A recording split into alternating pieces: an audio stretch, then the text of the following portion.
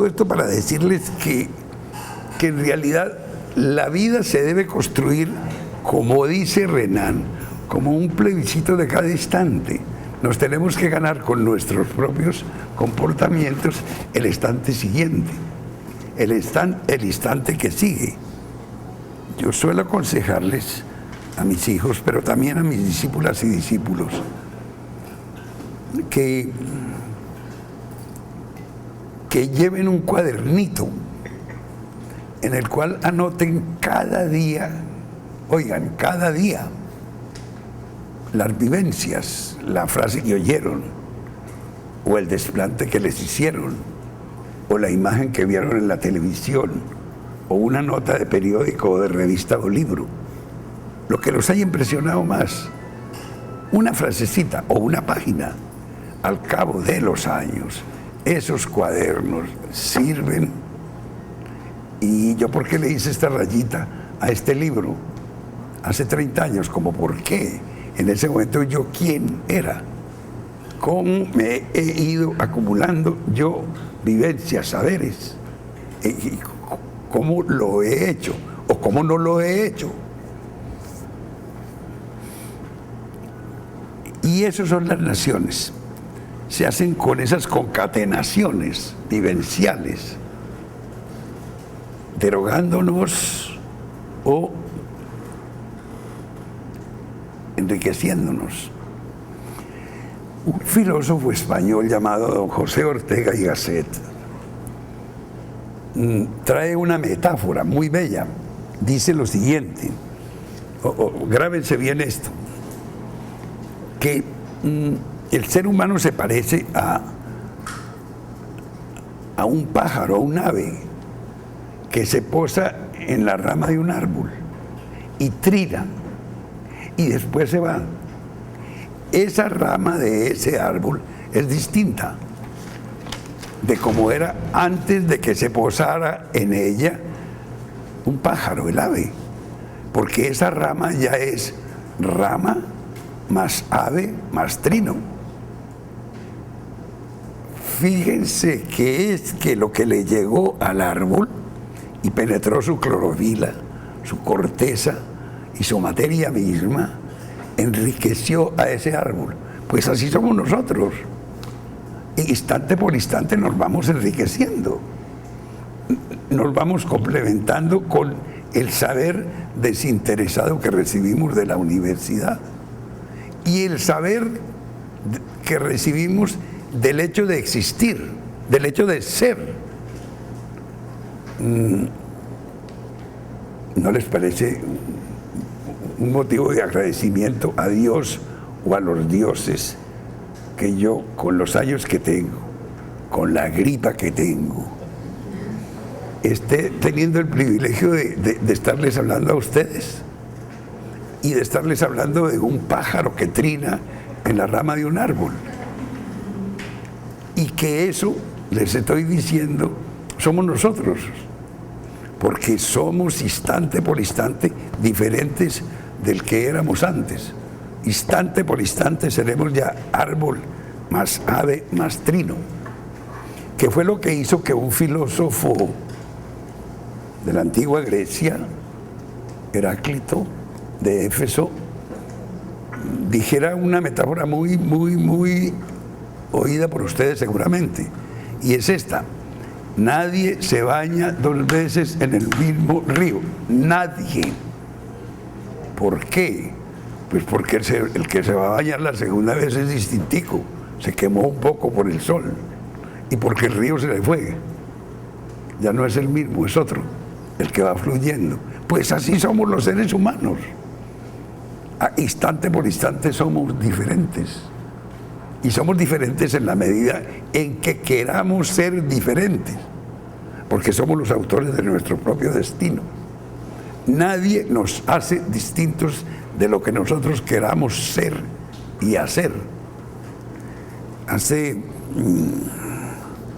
unos 2 años, unos historiadores jóvenes en Bogotá hicieron en la Universidad de los Andes una exposición sobre mapas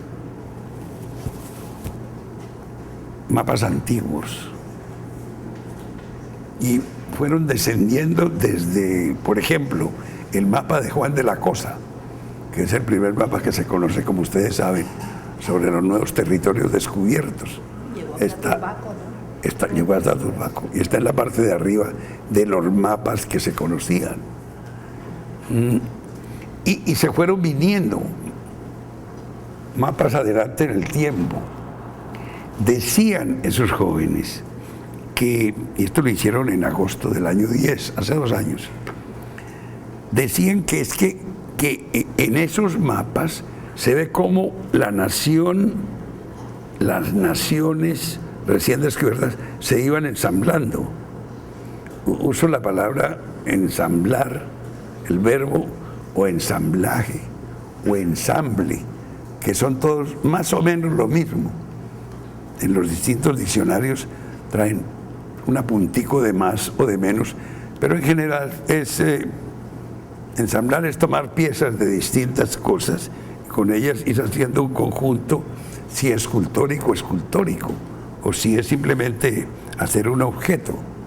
Y entonces estos jóvenes dicen que los mapas lo hacen a uno apto para irse dando cuenta del ser, de cómo comenzó ese ser y cómo se fue transmutando.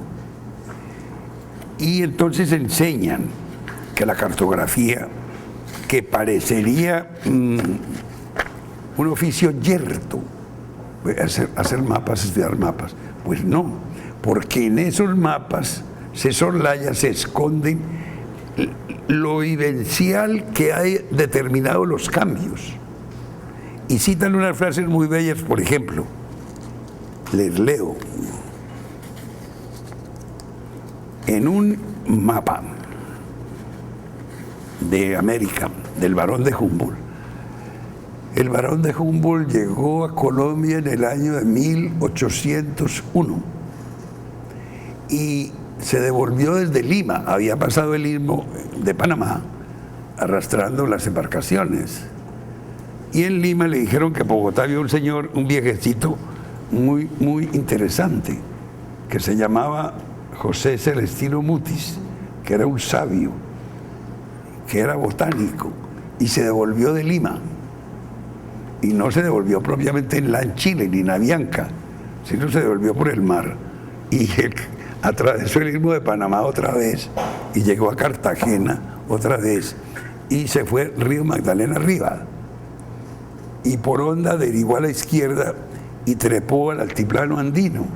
Es decir, pasó de unos 600 metros, 500, a 2.600, que es la altura de Bogotá.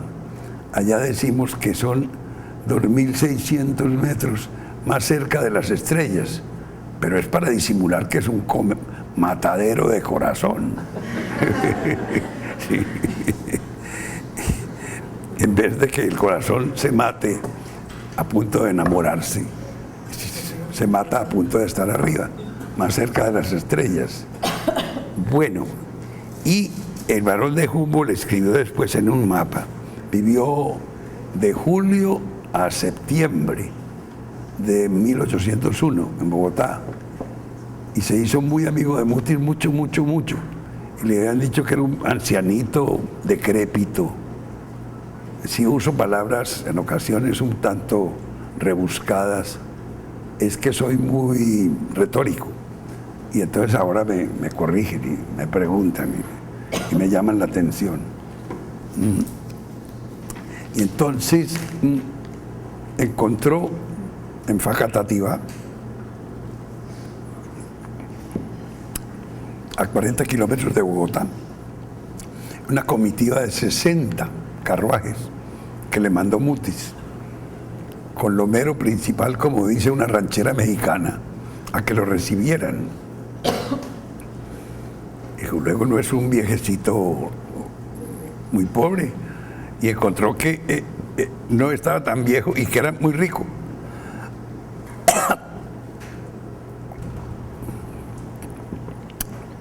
Porque cuando Mutis llegó a formar un herbario y a descubrir plantas, medicinales. Aquí vino ya la falla, comenzó mi concomitancia con Margarita Gautier. A propósito, disculpen el interludio, que ahora me decía don Juan Cosaín, que es un sabio. Le dije, tengo lo de Margarita Gautier. Me dijo, pues el otro día estaba con Margarita Vidal y con unos periodistas, y Margarita Vidal, la periodista, tenía mucha gripa, como la que usted tiene, me dijo. Y había un escritor, Gonzalo Mayarino, que tenía un humor delicioso. Y ya iban a salir, y dijo, Gonzalo, camina. Y dijo, no, estoy esperando a que Margarita Gautier, de la gripe. A malo, ¿no?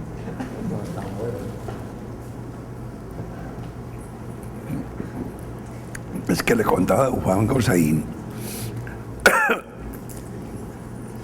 que en Medellín, en la Biblioteca Pública Piloto, nos encontramos una vez un folleto que parecía ser el capítulo de una novela, pero no estaba sino un capítulo. Y habían destruido el libro. Y ahí el personaje era un Poquelin, como francés. Y decía en el folleto, pobre Poquelin, quien lo ve tan airoso, tan altivo, y pensar que está condenado a morir en el capítulo siguiente. Háganme el favor. Don Juan Cosaín, que es novelista, dijo, me sirve mucho, porque el otro día se lo oí contar a usted, y yo estaba tratando de terminar una novela, pero tenía que matar al protagonista. Le dije, no, yo no lo mato, no. Voy a inventar a ver cómo se extravía, o cómo se esfuma, o cómo desaparece. Y entonces oigan lo que escribía el barón de Humboldt. Dijo que en el Chocó, en el interior del Chocó, había un fraile muy activo, que era cura de un pueblecito que se llama Novita. Y que ese cura, en Novita, les puso a los feligreses que se iban a confesar una penitencia, de que le ayudaran a abrir el cauce para un riachuelo que había ahí, para que se encontrara con otro riachuelo, el canal interoceánico. Lo estaba enunciando de esa manera. Y esto en 1801. Y la separación de Panamá, por ese motivo, se hizo en 1903, un siglo después. Y agrega esta revelación, esto que yo no conocía. Dice, menos conocido es el proyecto francés de canalización por colonización. Insisto en esas palabritas por lo siguiente, titulado Canal Interoceanique par piscine du Darien Nouvelle-Grenade, y dice que un comerciante francés llamado Airian, quien presentó a las autoridades neogranadinas en aquella época, no despuesito, presentó una propuesta que incluía varios planos dedicados a los presidentes Pedro Alcántara Herrán y Mariano Espina Rodríguez, que gobernaron en la mitad del siglo XIX. Pedro Alcántara Herrán, después de una guerra civil que hubo, que se llamó la Guerra de los Supremos, por allá en 1841, por ahí. Y el otro, don Mariano Espina Rodríguez, por ahí en 1857, sí, al 61.